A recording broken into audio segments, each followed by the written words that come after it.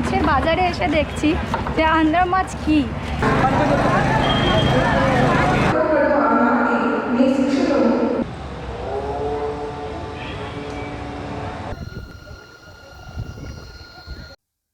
সুপ্রভাত, সোনালি সকাল। ভোরে প্রথম আলো যখন গায়ে লাগে সব ক্লান্তি ধুয়ে মুছে যায়। আকাশের ক্যানভাসে কমলা রঙের ছোঁয়া, নতুন ভোর, নতুন আশা। সূর্যোদয়ের সৌন্দর্যে আপনার হৃদয়কে উষ্ণ রাখতে দিন এবং এই উষ্ণতার সাথে সাথে শেষ হোক ভাইজ্যাক শেষ পর্বের ব্লগ।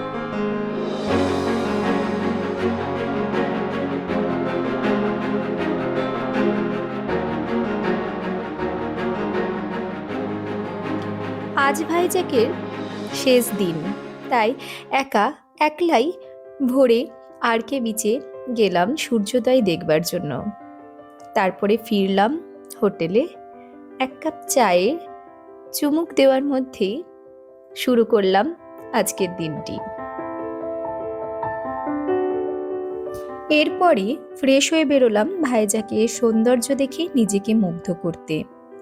আমরা প্রথমেই পৌঁছলাম ফিশিং হারবার। আমরা রেন্টেড কারে এসেছি, তবে হ্যাঁ, বিশাখাপত্তনম বাস স্ট্যান্ড বা আরকে বিচ থেকে অটোরিকশা করে সহজেই এখানে কিন্তু পৌঁছানো যায়। মাছের পাহাড়, প্রচুর প্রচুর মাছ শোকানো হচ্ছে। এই যে এইভাবে মাছগুলো শোকানো হচ্ছে। লাইফ টাইম এক্সপিরিয়েন্স এগুলো। পশ্চিমবাংলায় যখন আমরা থাকি তখন শুনি যে আন্ধ্রা থেকে এসছে মাছ। এখন এই সত্যি সত্যি আন্ধ্রার মাছের বাজারে এসে দেখছি যে আন্ধ্রা মাছ কি, এবং শুধু আমরা যেটা বাঙালিরা বলি শুটকি মাছ, মানে শুকনো মাছ, সেই জিনিসটা এখানে ভ্যারাইটি রকম। অন্ধ্রপ্রদেশের বিশাখাপত্তনম কুরুপাম মার্কেট, টাউন কোঠা রোড, জলারিপেট্টা পোর্ট এলাকায় অবস্থিত একটি মৎস্য বন্দর, যা ভারতের অন্যতম বৃহত্তম এবং গুরুত্বপূর্ণ। 1976 সালে বিশাখাপত্তনম বন্দরের পাশে এই ফিশিং হারবারটি খোলা হয়েছিল। এটি 26 হেক্টর এলাকা জুড়ে বিস্তৃত এবং প্রতিদিন ভোরবেলায় বঙ্গোপসাগর থেকে মাছ ধরে আনা ট্রলারে ভিড়ে জমজমাট থাকে জায়গাটি। এটি মৎস্যজীবীদের জীবিকার প্রধান উৎস ও ভারতের অন্যতম প্রধান সামুদ্রিক খাদ্য রপ্তানির কেন্দ্র। এখানে টাটকা মাছ, কাঁকড়ার ওপেন অকশন দেখা যায়, অর্থাৎ নিলাম দেখা যায়, যার অভিজ্ঞতা অনন্য।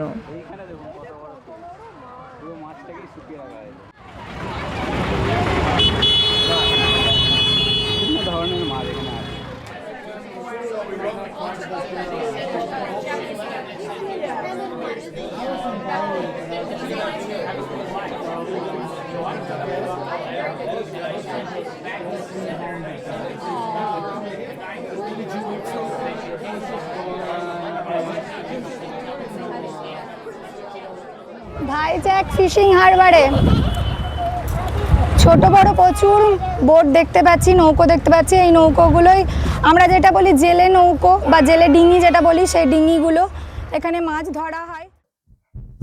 এখানে বোটিংয়ের ব্যবস্থাও রয়েছে। আমরা ফিশিং হারবারের মাছগুলি দেখে ফিশিং হারবারটিকে ভালো করে ঘুরে নিয়ে খানিকটা রাস্তায় হেঁটে এগিয়ে এসে টিকিট কেটে বোটিং করলাম।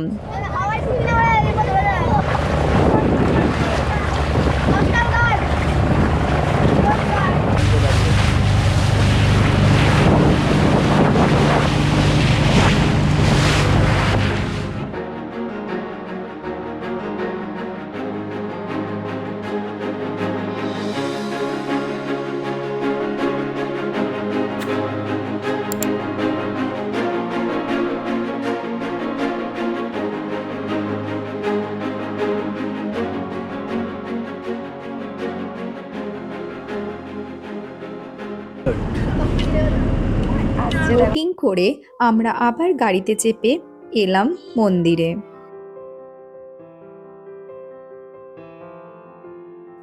শ্রী ভেঙ্কটেশ্বর স্বামী মন্দির।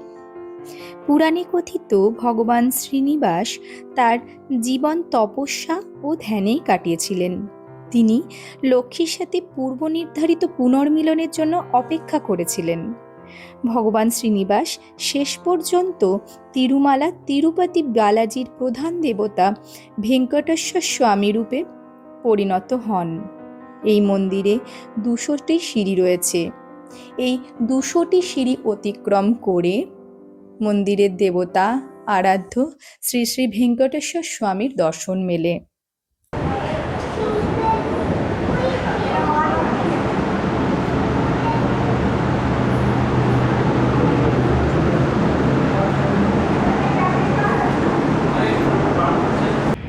মন্দির দেখার পর আমরা গাড়িতে চেপে এসে পৌঁছলাম চার্চে।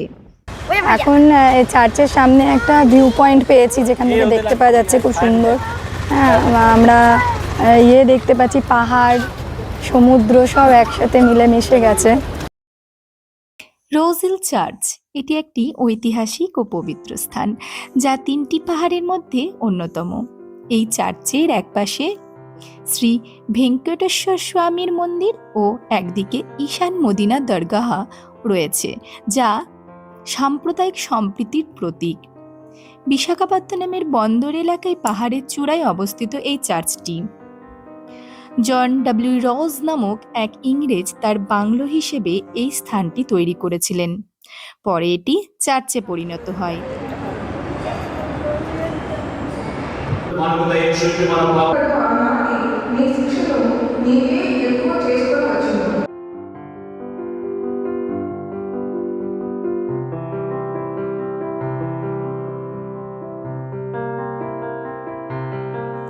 এখান থেকে ভাইজ্যাক পোর্ট, শহরের প্যানোরামিক দৃশ্য ও বঙ্গোপসাগরের অপূর্ব সৌন্দর্য দেখা যায়। চার্চ ঘুরে নিয়ে পরবর্তী গন্তব্য কিন্তু সীমাচলম হওয়া উচিত। তাই এবার আমরা গাড়িতে চেপে এসে পৌঁছলাম সীমাচলম টেম্পল।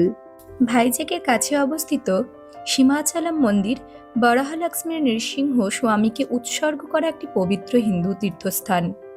পাহাড়ের ওপরে অবস্থিত এই প্রাচীন মন্দিরটি 11শো শতাব্দীতে নির্মিত একটি স্থাপত্য। ওড়িশা এবং দ্রাবিড় শৈলীর মিশ্রণ এখানে দেখা যায়। ভগবান বিষ্ণুর নৃসিংহ অর্থাৎ মানুষের দেহ এবং সিংহের মাথা এই অবতারের রূপ এখানে পূজিত হয়। এটি একটি দুর্গের মতন দেখতে, যার ভিতরে 3টি প্রাঙ্গণ এবং 5টি প্রবেশ পথ রয়েছে। একে সিংহাদ্রি বা সিংহের পাহাড় নামেও ডাকা হয়। বিশ্বাস করা হয় প্রহ্লাদকে হত্যা করতে উদ্যত হিরণ্যকশিপুর ক্রোধ প্রশমিত করবার জন্য দেবতারা নৃসিংহদেবের আরাধনা করেন। এই মন্দিরের সবচেয়ে বড় বিশেষত্ব হল বছরব্যাপী চন্দনলিপ্ত মূর্তির দর্শন হলেও বৈশাখ মাসের 3য় দিনে দেবতার চন্দন ধোয়ার পর আসল রূপের দর্শন পাওয়া যায়। মন্দিরে প্রবেশের জন্য 3 ধরনের লাইনের ব্যবস্থা রয়েছে। একটি ফ্রি লাইন, একটি 100 টাকার লাইন, যেখানে ভিড় ফ্রি লাইনের থেকে খানিকটা কম, তবে ভিড় থাকে, এবং আরেকটি রয়েছে 300 টাকার লাইন। এটি অনেকটা ভিআইপি লাইনের মতন। এখানে অতি সহজেই কোনো লাইনে না দাঁড়িয়েই সরাসরি দেবতার গর্ভগৃহে প্রবেশ করা যায় এবং দেবতাকে পরিক্রমা করা যায়। দেবতাকে একেবারে নিরিবিলিতে সম্মুখ থেকে দর্শন করা যায়, যেটা ফ্রি বা 100 টাকার লাইনের ব্যবস্থা থাকে না।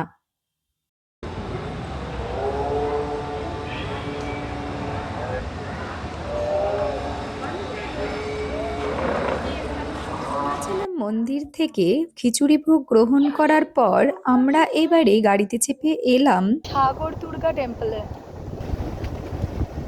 সীমাচলম পাহাড়ি এলাকা থেকে নেমে শহরের কোলাহল পার হয়ে উপকূলের দিকে যাওয়ার পথে লাইট হাউসের কাছাকাছি উল্লেখযোগ্য দুর্গা মন্দির হল সাগর দুর্গা মন্দির।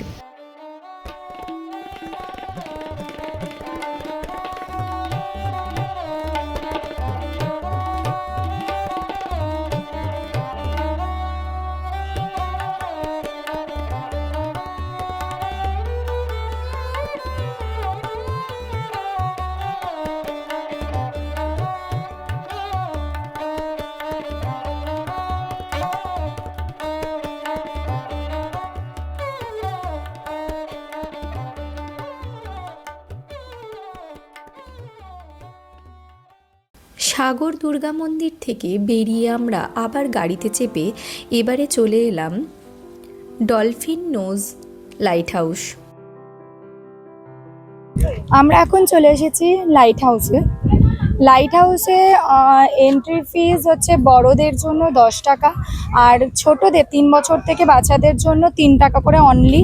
তবে হ্যাঁ, এখানে একটা চেকপোস্ট রয়েছে, যেখানে আর্মি চেকপোস্ট। সেখানে তোমার মানে প্রবেশের জন্য, এন্ট্রির জন্য কি করতে হচ্ছে না, এন্ট্রির জন্য একটা আইডেন্টিটি প্রুফ লাগছে। যে কোনো একজনের আনলেই হবে, সে অ্যাড্রেস এবং আইডেন্টিটি প্রুফটাকে ইউজ করে সমস্ত কিছু ব্যবস্থা করে নিয়ে ঢোকা, ঠিক আছে? সুতরাং যখন আসবে তখন অবশ্যই নিজের সাথে সাথে একটা আইডেন্টিটি প্রুফ, আধার, আদারওয়াইজ ভোটার নিয়ে আসবে। ইয়ারাডা ও গঙ্গাভরম বন্দরের মাঝে অবস্থিত একটি বিখ্যাত পর্যটন কেন্দ্র, যা দেখতে ডলফিনের নাকের মতন। এটি পাথুরে পাহাড়ের উপরে অবস্থিত, যেখান থেকে বঙ্গোপসাগর ও ভাইজ্যাকের উপকূলরেখার মনোরম দৃশ্য দেখা যায়। প্রতিদিন বিকেল 3টে থেকে 5টা পর্যন্ত দর্শকদের জন্য এটি খোলা থাকে। ডলফিন নোজ মূলত বিশাখাপত্তনম বন্দরকে প্রাকৃতিক সুরক্ষা প্রদান করে এবং বিশাখাপত্তনমের সামুদ্রিক জাহাজ নির্মাণ শিল্পের উন্নয়নে সহায়তার ভূমিকা গ্রহণ করেছে। এটি তৈরি করা হয় জাহাজগুলিকে বিশাখাপত্তনম বন্দরে নিয়ে যাওয়ার জন্য।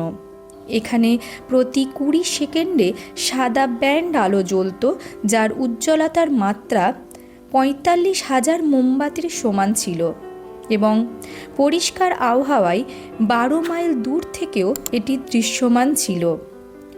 1934 সালে প্রথমবারের মতন লাইট হাউসে ঘূর্ণায়মান গোপন আলো স্থাপন করা হয়েছিল। এই লাইট হাউস থেকে সমুদ্রের নীল জলরাশি, জাহাজের চলাচল এবং পুরো শহরটি খুব সুন্দর দেখায়। ডলফিন নোজের কাছে ইয়ারাডা গ্রামে শহর থেকে প্রায় 15-20 কিলোমিটার দূরে একটি শান্ত সুন্দর বিচ রয়েছে, যা ইয়ারাডা বিচ। তবে হ্যাঁ, বিচটি শান্ত হলেও সাঁতার কাটার জন্য একেবারেই নিরাপদ নয়।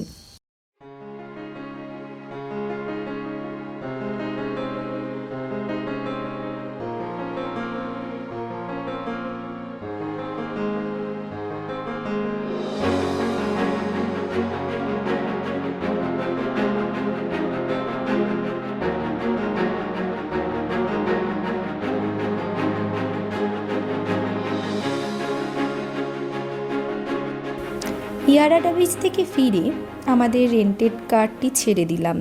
হোটেলে গিয়ে ফ্রেশ হয়ে আবার বেরোলাম ডিনারের জন্য। একটা অটো ভাড়া করে পৌঁছলাম প্ল্যাটফর্ম 65-এ।